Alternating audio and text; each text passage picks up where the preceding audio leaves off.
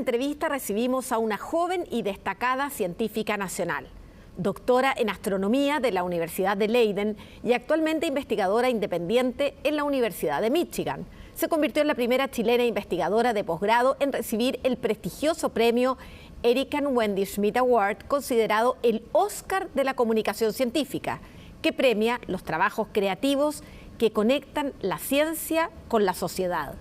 Su labor de divulgadora científica presente en redes sociales también la ha plasmado en diversas publicaciones. Éxito de ventas en libros como El abecedario astronómico y El universo según Carlota. Ha logrado un acercamiento para que más niñas, niños y jóvenes de Chile y Latinoamérica se conecten con el universo. En la entrevista recibimos a Teresa Paneque.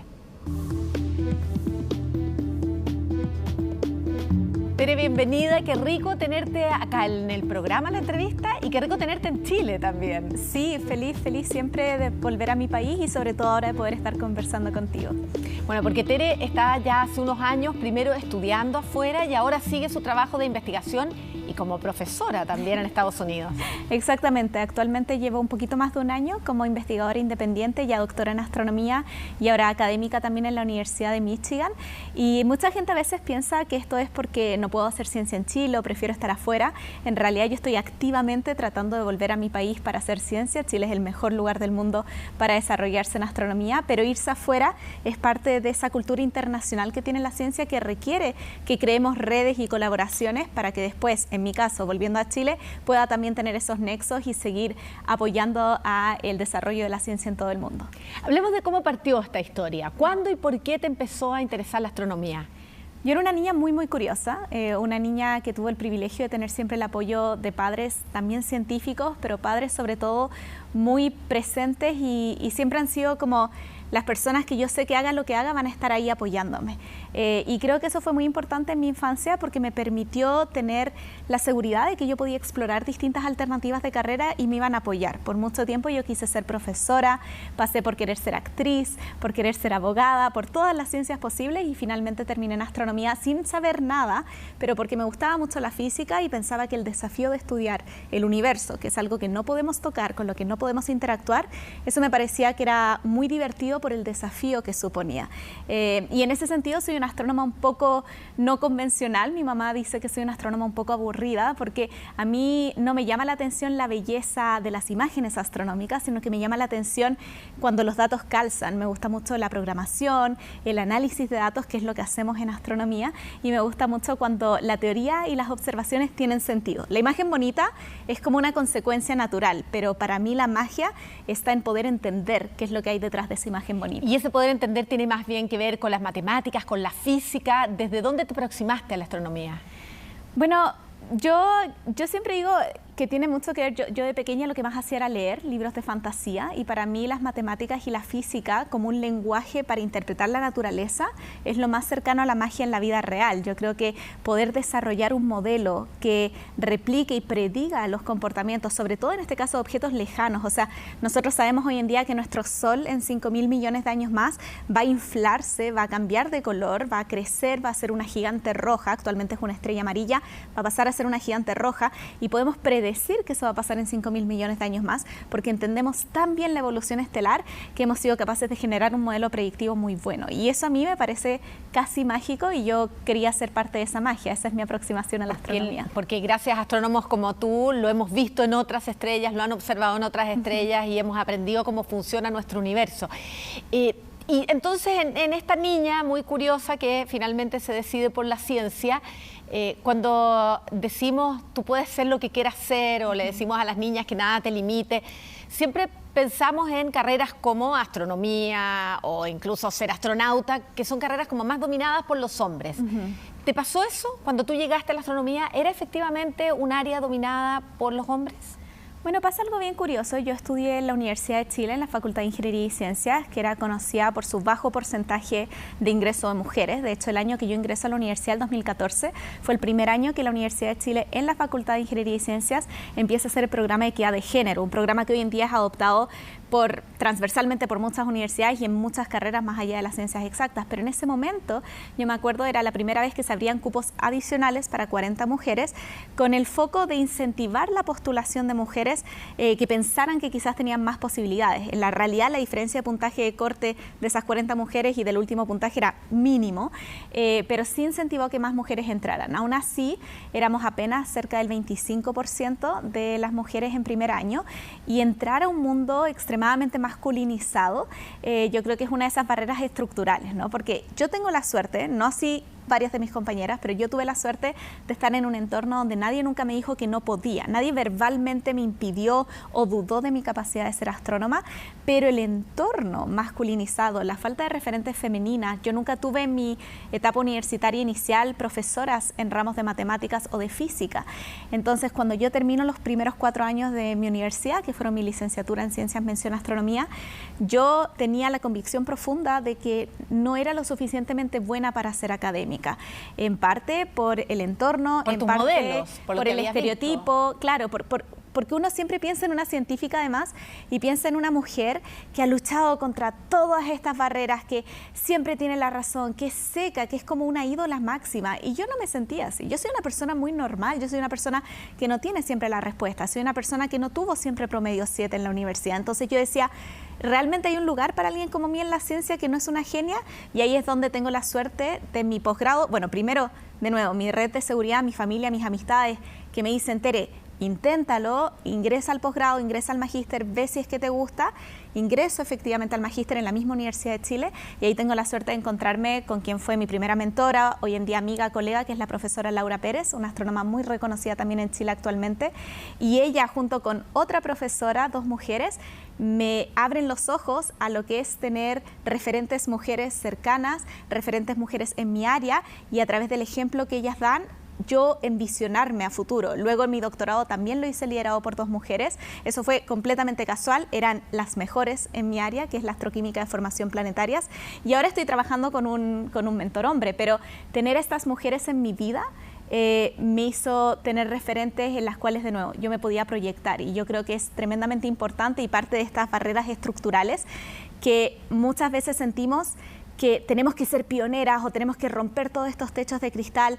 Hay personas que lo están haciendo y que no están siendo reconocidas, y que si fueran visibilizadas también podrían tender una escalera para que muchas otras niñas se atreven a entrar.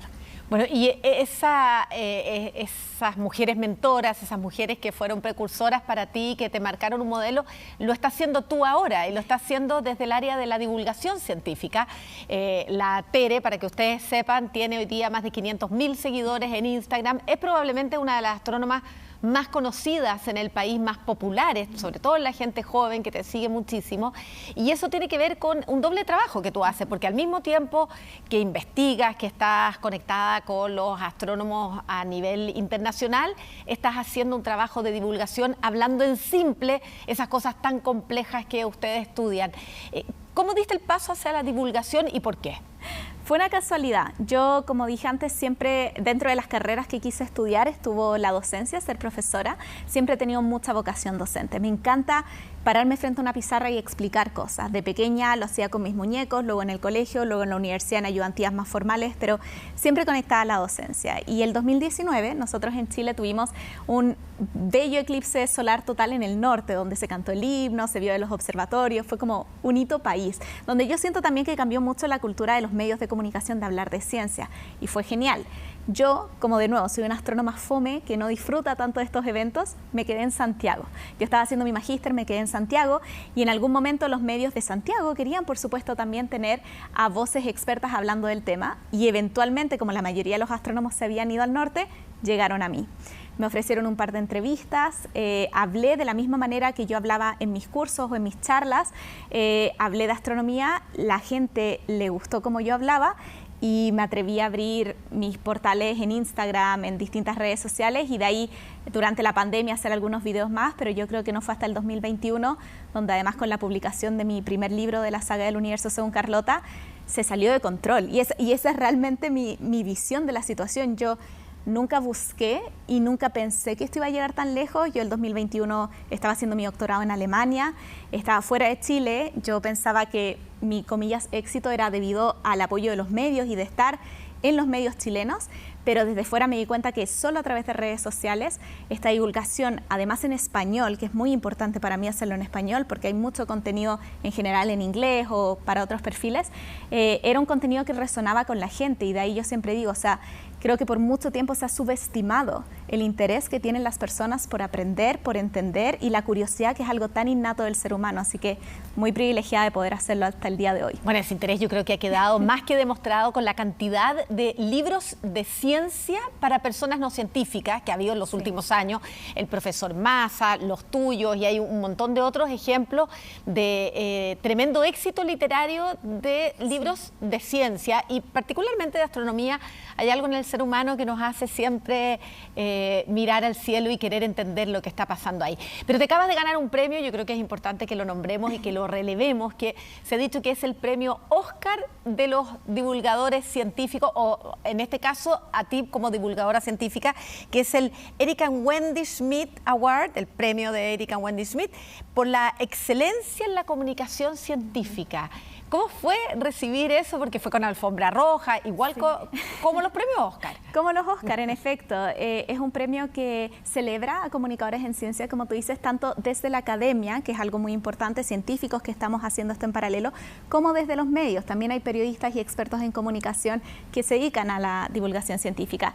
Y es bonito traer esos dos mundos juntos, porque por mucho tiempo la academia efectivamente se ha visto como algo aislado de la sociedad, y yo siento que entornos como este nos ayuda a mirar alrededor y decir, wow, somos muchos los que tienen este interés y somos muchos los que quieren empujar este barco. Para mí, que inicié esto de una manera completamente casual, en mi tiempo libre, que sí, se ha transformado en un segundo trabajo, pero que lo hago porque siento también que es mi deber hacerlo. O sea, creo que yo tengo el privilegio de estudiar algo que me apasiona, de ir todos los días a resolver preguntas divertidas y sí, quizás a estresarme cuando las cosas no salen bien, pero cómo eso llega a la gente, para mí la respuesta es la educación y la comunicación. Ser premiada con un premio además bastante importante, reconocido en un entorno global e internacional que me abre también muchas puertas, ha sido muy bonito y yo también lo veo como un premio a Chile. Yo siento realmente que Chile es un país científico y astronómico. Antes que mí fue la periodista científica Andrea Obaid, y ser dos chilenas en un país donde muchas veces, siento que nos miramos en menos en lo que somos en la palestra internacional. Espero que inspire a que más personas crean en nuestro potencial para comunicar y hacer ciencia. Eso habla de la valoración que tiene en el mundo no científico lo que significa la divulgación científica. Bueno, lo entrega la Academia de Ciencias, así que son científicos los que quisieron destacarte a ti por esta labor de divulgación. ¿Pero te ha pasado alguna vez que algún colega, algún otro astrónomo, como que no le guste o que mire menos esto de simplificar o llevar a palabras comunes algo que por años fue críptico, reservado solo para las grandes mentes y los estudiosos que estaban en los telescopios o en los laboratorios? Mira, a mí no me ha pasado, pero siento que astronomía igual es un caso bien particular dentro de las ciencias y sobre todo de las ciencias exactas. Astronomía es un área que, como tú decías antes, siempre ha habido un interés por la gente en mirar hacia las estrellas y querer saber. Siempre hemos tenido una conexión más inmediata con el público. Yo diría que hacer divulgación a mí, de hecho, me ha ayudado muchísimo en mi carrera científica. Hoy en día no solamente estoy donde estoy gracias al mérito de mis publicaciones, sino que porque entre mucha gente que es buenísima y que tiene grandes ideas, destacan aquellos perfiles que hacen algo más. Comunicar nuestra ciencia también se vuelve relevante en un entorno científico, donde tenemos que comunicarnos con pares y hablar e interactuar y tejer redes. Entonces yo siento que a mí me ha jugado a favor. Pero también, de nuevo, la astronomía, por ejemplo, es un poco un bicho raro en las ciencias exactas respecto a equidad de género.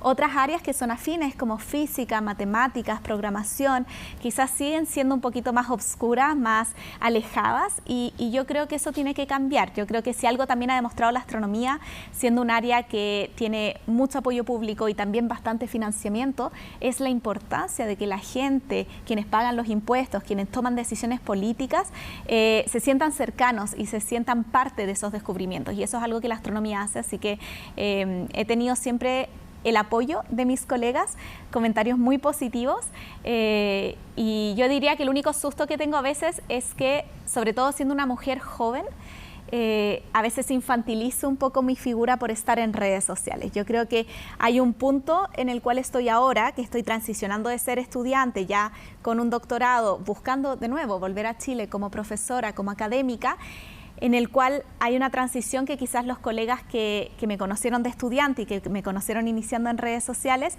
yo espero que también hoy en día me vean no solamente como alguien que hace TikToks y videos en Instagram, sino como también la persona que hace ciencia y que pueda hacer ambas cosas sin ser infantil. Creo que ese es el salto que hay que pegarse, no ver la divulgación científica y en este caso astronómica como algo que es solo infantil o para niños, sino como algo que es un deber de quienes hacemos ciencia y sobre todo de las instituciones desde las cuales se desarrolla la ciencia. ¿Por qué crees que es un deber? ¿Por qué es importante para las personas entender el universo? Bueno, porque lo que estamos haciendo es generar conocimiento para la humanidad. Yo diría que en el punto más fundamental del ser humano y lo que nos distingue, por ejemplo, de otras especies de animales en la Tierra, es nuestra capacidad de mirar hacia arriba y reflexionar y hacernos preguntas sobre dónde estamos. Y creo que desafortunadamente se ha perdido un poco en la vorágine del día a día el poder pausar, reflexionar y cuestionarse. Y la astronomía y la ciencia nos vuelve a invitar a aquello. La astronomía y la ciencia trabajan con grupos diversos, trabajan con empatía, trabajan con pensamiento crítico, con la idea inicial de que lo que yo piense puede estar errado. Y yo siento que esos son valores que, más allá de conectarnos con lo fundamental y apoyar en la generación de conocimiento, también nos ayudan a ser una mejor sociedad. Estaba pensando en lo importante que es que las personas no científicas conozcamos el universo, nos interesemos por él y por el aporte que puede ser la labor de la astronomía. Comparándolo con cómo se ha divulgado mucho en las últimas décadas el cuidado del planeta, el cuidado de la Tierra, el cuidado de nuestro medio ambiente, porque es el lugar donde vivimos y el único que tenemos hasta ahora. Sí. Pero no ocurre lo mismo con el cuidado de nuestros cielos, con el cuidado de nuestro espacio, y estamos viendo exploración espacial, se lanzan satélites día por medio, la cantidad, que es fantástico tener, por ejemplo, Starlink, que ahora conecta a cualquier persona desde cualquier lugar del planeta, aunque no exista señal de celular, pero eso va dejando consecuencias. ¿Crees tú que puede a la larga jugar en contra de la investigación astronómica? Es bien complejo porque efectivamente si nos centramos solo en investigación astronómica, estas sí son desarrollos que no lo ponen en peligro. La investigación astronómica depende de tener cielos limpios, oscuros y despejados. Si yo tengo un crecimiento de la población y de las ciudades o, por ejemplo, distintas empresas productivas que se pongan en las cercanías de los observatorios, eso daña esas condiciones, daña el laboratorio e imposibilita que podamos estudiar el universo. No todo se puede hacer desde el espacio. Hay algunos telescopios espaciales, pero siempre los telescopios terrestres van a tener el punto a favor de que primero los podemos ir renovando, no tenemos que mandar uno nuevo cada vez, y segundo pueden ser más grandes, y mientras más grande sea tu telescopio, mayor luz tú puedas recabar. Entonces yo diría que gran parte de los descubrimientos trascendentales que hemos hecho en astronomía se han hecho con telescopios desde la Tierra y telescopios últimamente desde el norte de Chile. Entonces, por un lado, claro, si yo miro las constelaciones de satélites y cómo la cobertura, y es un tema de la pintura y el material que los cubre, los hace altamente reflejantes y hace que brillen mucho en el cielo. Uno de hecho lo puede ver a ojo desnudo, puede ver hileras de satélites volando. Eso por supuesto que tiene una consecuencia negativa para la astronomía. Y alguien podría decir con justa razón, bueno, ¿por qué debo privilegiar estudiar mundos lejanos por sobre tener conectividad? Yo creo que esa es parte de la discusión política que se tiene que dar y de la importancia, a mi parecer, de que estos proyectos, sobre todo aquellos que competan a todo el planeta, porque poner algo en el cielo, poner algo en órbita, compete a todo el planeta, independiente de quién lo esté financiando, debiesen ser o pasar por políticas de Estado, por programas estatales. Para mí uno de los grandes peligros hoy en día es el aumento de gente con mucho dinero, multimillonarios, que solo por tener los fondos pueden colocar o lanzar objetos en órbita.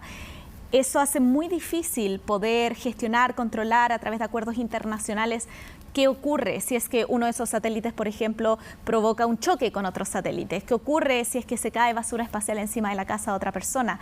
¿Cómo medimos las consecuencias de algo? Claro, todavía no tiene dueño, entonces es bien difícil poner normas ahí. Yo creo que es difícil, es algo hacia lo cual se está avanzando. Recientemente tuvimos aquí mismo desde Chile la inauguración del Centro Espacial Nacional, que va a ayudar a que Chile también sea parte de esa conversación con desarrollo tecnológico propio, pero son varias capas. Yo creo que mi opinión personal es que hay que ponerle un poco de paños fríos al entusiasmo que con justa razón genera la exploración espacial, y también pensar un poco en qué consecuencias trae esto y cómo quizás puede no ser todo positivo en el largo plazo. Tú nombraste proyectos que pudieran poner en riesgo, por ejemplo, la oscuridad de los cielos, que es algo que se valora mucho respecto a nuestros cielos en Chile, que son muy limpios, muy transparentes, pero a la vez hay mucha oscuridad, sobre todo en el desierto, que es donde está, por ejemplo, los observatorios ALMA, y donde se están construyendo además un mega telescopio. Estuvimos acá con Itziar de Gregorio hace poquitas semanas, que nos contaba de este Extra Large Telescope que está en construcción. Y cómo el proyecto INA, que es de generación energética y que está en evaluación ambiental, podría poner en riesgo esta oscuridad. Ha sido tema incluso del debate presidencial. ¿Cómo crees tú que se ha abordado esto? Yo creo que se nos olvida a veces que las energías verdes y las energías renovables vienen para ser una opción sustentable a largo plazo de generar energías que eviten la contaminación de nuestro planeta y la disrupción, digamos, de nuestro ecosistema. Y para ello, el poner estas instalaciones tiene que ser con ese objetivo en mente, no solamente con la producción de la energía, sino que cuáles son los efectos que tiene sobre su entorno. Estar, por ejemplo, tirando desechos al mar es algo que también impacta en el entorno negativamente. Estar colocándolos en zonas donde no solamente el proyecto INA afecta a los cielos y la pristinidad, la oscuridad, pero también la turbulencia y la estabilidad de estos cielos, sino que además afecta también el hábitat de ciertas especies protegidas, como la chinchilla de cola larga. Son cosas que tienen que estar en el debate público. Entonces creo que hoy en día a veces se nos olvida que estas empresas también para ellos es un negocio y que deberían ser más conscientes y nosotros un poquito más defensores de lo que hace Chile un enorme país, que en gran parte, en mi opinión, son sus laboratorios naturales, su biodiversidad y la protección con la cual siempre hemos caracterizado el cuidado de nuestro país. Muchos científicos alzaron la voz y tú, después del debate presidencial en que se le preguntó respecto a este proyecto a los candidatos, diste tu opinión, dijiste que no te había gustado ninguna de las dos respuestas, y hubo gente que no le gustó que hablaras de política, incluso que participaras entiendo, el comando de segunda vuelta de Janet Jara. ¿Por qué te metiste en política? Siendo que era mucho más lo que arriesgabas que lo que ganabas, porque tú tienes una comunidad muy amplia de divulgación científica y podría haber gente que no le guste que dieras tu opinión. ¿Por qué quisiste hacer eso? Para mí la política es parte de mi vida. Es parte de las decisiones que yo tomo, de las universidades donde yo decidí estudiar, es algo que se conversa en mi familia siempre. Creo que la política se trata de conversar y de comparar nuestras visiones de mundo y de trabajar para construir un mejor Chile. El hecho de que yo haga divulgación en redes, que yo al año esté haciendo más de 30 charlas gratuitas en colegios y en espacios públicos, también tiene que ver con mi visión política de democratizar el acceso a las ciencias en un país donde el acceso a educación científica es tremendamente desigual y dependiente del nivel socioeconómico de cada persona. Entonces, para mí no fue algo impensado o distinto el hecho de que yo expresase una voluntad política, siempre en el marco del respeto, de la democracia, y algo que me gusta mucho, como tú dices, es justamente la diversidad de opiniones que hay en mi perfil y donde siempre van a estar invitados a participar personas de la afición política que tengan, siempre y cuando sea desde el marco del respeto y desde la conversación, porque al igual que la ciencia, creo que la política se trata de compartir ideas, y yo agradezco también que haya sido parte del debate público durante el debate presidencial y también antes el tema de los cielos limpios y de la protección de nuestro entorno, y creo que ahí es importante también revisar cómo eso va avanzando en paralelo a todo este clima presidencial. Hace pocos días se votó, por ejemplo, en la Comisión de Medio Ambiente de la Cámara de Diputados, pasar una ley que llevaba tramitándose, o sea, armándose, digamos, todo este año para generar un radio de protección a los observatorios. Estamos felices de que tuvo una aprobación mayoritaria dentro de la Comisión de Medio Ambiente. Desafortunadamente, el único diputado que votó en contra fue el diputado Mesa del Partido Republicano. Entonces, eso también choca un poco contra las visiones que se plantearon durante el debate. Pero tengo la esperanza esperanza de que, de nuevo, Chile es un país científico, yo creo que es algo con lo cual nos identificamos mucho y que hablar de política no puede ser algo que hagamos únicamente cuando nos toca a nosotros. Yo no voy a hablar de temas políticos únicamente cuando afecta a la astronomía. Para mí es importante a pesar de que sí la afecta, como estamos viendo. Exactamente, soy una mujer científica, además yo digo, o sea, si no fuese por todas las mujeres que antes hablaron de política, yo hoy en día y tú no podríamos estar sentadas aquí teniendo esta conversación sin permiso expreso de hombres. Entonces creo que es parte de construir una mejor sociedad poder hablar y que hablar y discutir no sea algo malo. No es malo tener opiniones distintas. Lo importante es poder resolverlas conversando o incluso estar de acuerdo en no llegar a un acuerdo, pero que podamos convivir porque al final del día el futuro de Chile depende de eso, depende de que podamos conversar. Tere, se nos está acabando la entrevista, pero me gustaría, antes de despedirnos, saber cuál ha sido el descubrimiento astronómico más fascinante que has visto en el último tiempo y qué sería lo que a ti más te gustaría descubrir. Bueno, yo estudio formación de planetas, estoy en el área de ciencias planetarias, entonces los últimos 10 años, en particular con el radiotelescopio ALMA, poder observar entornos de formación planetaria que llamamos discos protoplanetarios, discos de polvo y gas en torno a estrellas jóvenes, como cunas de planetas, donde hay planetas bebés. Creo que ALMA nos ha permitido ponerlos los lentes y ponerlo en foco y ver que hay estructuras, que hay espirales, que hay evidencia de que los planetas se están formando y además con los ingredientes que tiene la vida en la Tierra. Vemos agua, vemos carbono, vemos oxígeno. Yo y la gran mayoría de astrónomos creemos en la vida extraterrestre.